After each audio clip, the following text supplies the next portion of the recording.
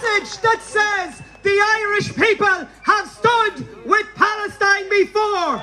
And it is a message that says the Irish people will stand with Palestine always. That the life of a Palestinian child is worth the same as the life of an Israeli child. That it is immoral and illegal under international law to deny people their basic rights. It doesn't really matter what anybody on this stage says today, because the greatest message that could be delivered is from you, the tens of thousands of people who came to this city in the greatest show of international solidarity that Ireland has seen in many years.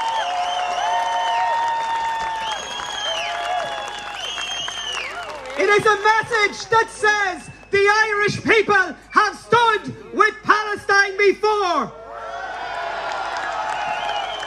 It is a message that says the Irish people stand with Palestine today. And it is a message that says the Irish people will stand with Palestine always.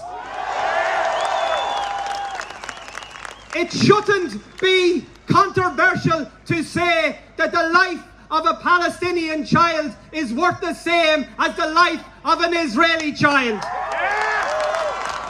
But that is the distinction between the message of the millions of people who are marching in solidarity across the world today with the world leaders who have turned their backs, closed their eyes, or worse still, being complicit in the war crimes that Israel is currently perpetrating.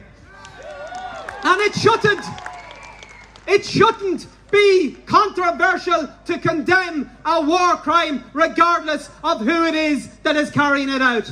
It shouldn't be controversial to condemn the bombing, the bombardment of civilian infrastructure, civilian buildings, of hospitals, schools and of ambulances, regardless of who it is that is doing it.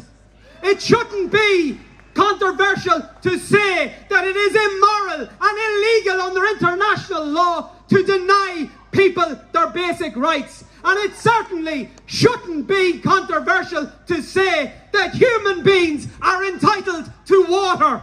That should not be controversial. That should be a simple message that is easy to deliver.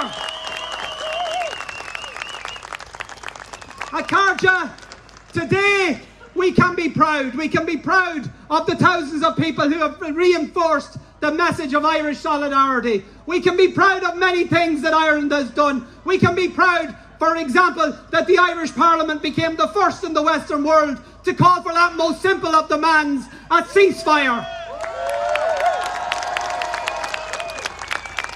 But we should also be ashamed. We should be ashamed that we're among the first to do so. We should be ashamed that international leaders across the world have refused to call for an end to the bombardment, an end to the siege, an end to the occupation, an end to the apartheid, an end to the butchering of innocent Palestinian civilians. And we can also be hopeful because the message that we have seen in cities like Dublin and in cities and towns and villages right across this country and in cities and towns and villages right across the world, the message is clear: Israel must stop! Israel must stop! We must stop!